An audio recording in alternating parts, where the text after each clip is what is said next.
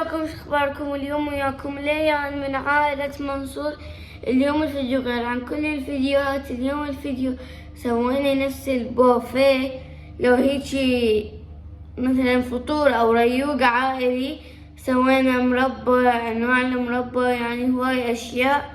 تعال شوفوا الاكل. امي قعدتني قالت لي تعال ساعديني.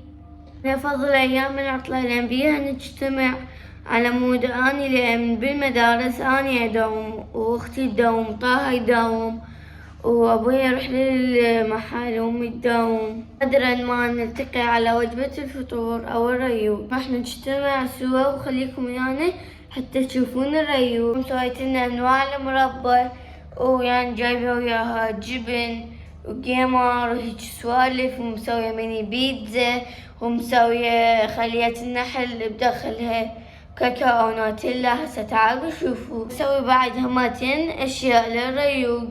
طبعا اول شي حطينا كورة شاي مهيل على النار. طبعا قعدنا الصبح لقينا امي مسويت لنا هيجي حبشكلات تريد تسوي لنا وفيه مفتوح، وطبعا سوت لنا ميني بيتزا، سوت لنا خلية بالنحل يعني بداخلها كاكاو.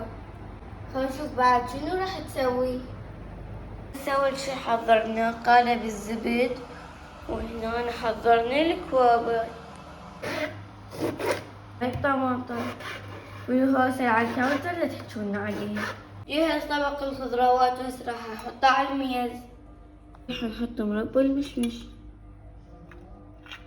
طبعا هاي من فد شوي قلت لكم احط الزيتون الاسود هنا، حطيته.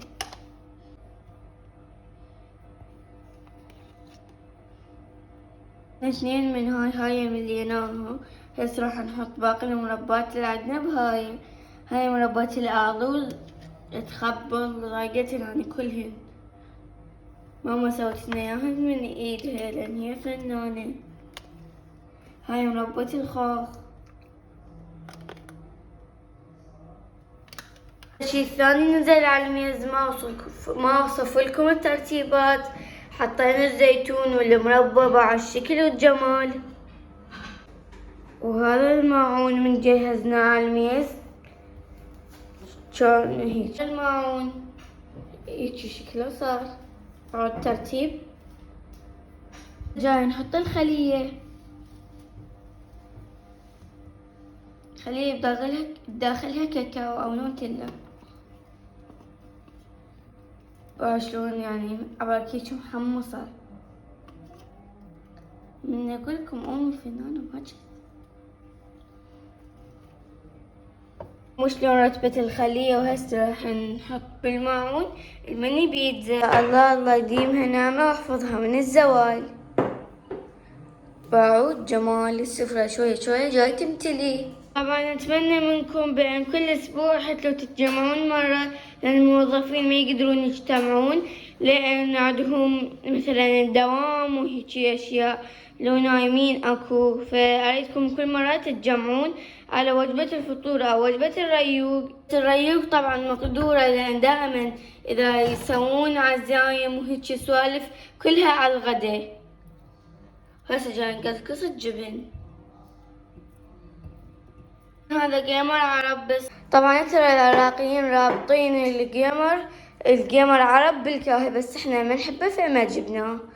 وهاي السفرة شوية شوية قلت لكم راح تكمل. طبعا هسه حطيت هذول الثلاثة، هو اللبن والجبنة القشطة وقشطة، لأن القشطة طيبة وتصير ويا المربى إذا حد يريد يفتح وياكل. طبعا هسه راح احط الصمون وبقى بس ندير الشاي وتسمعكم العافية. واتمنى هذا الفيديو يعني يكون شجاع تتغدون تتعشون تترايقون، لان المنظر مو شي. طبعا هسه راح احط الشكر، وهم هسه احط الشكر واصيحهم حتى يقون ياكلون. طبعا انا ما كذب عليكم، مو انا سويتهم وسويت كل شي، بس انا حطيت الصمون راح احط الشكر. بأشياء بسيطة تقدرون تغيرون من يومكم.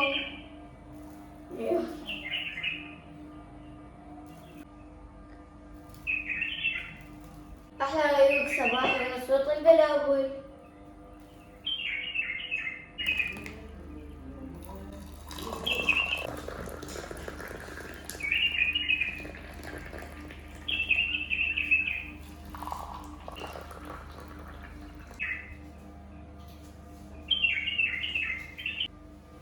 عاشيتكم شنو هالشي الحلو.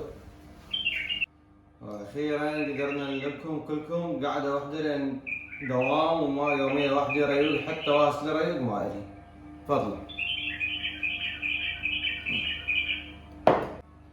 عشيتكم عين كلش مرتبين. هاي لعب قليل. خلينا. طيب.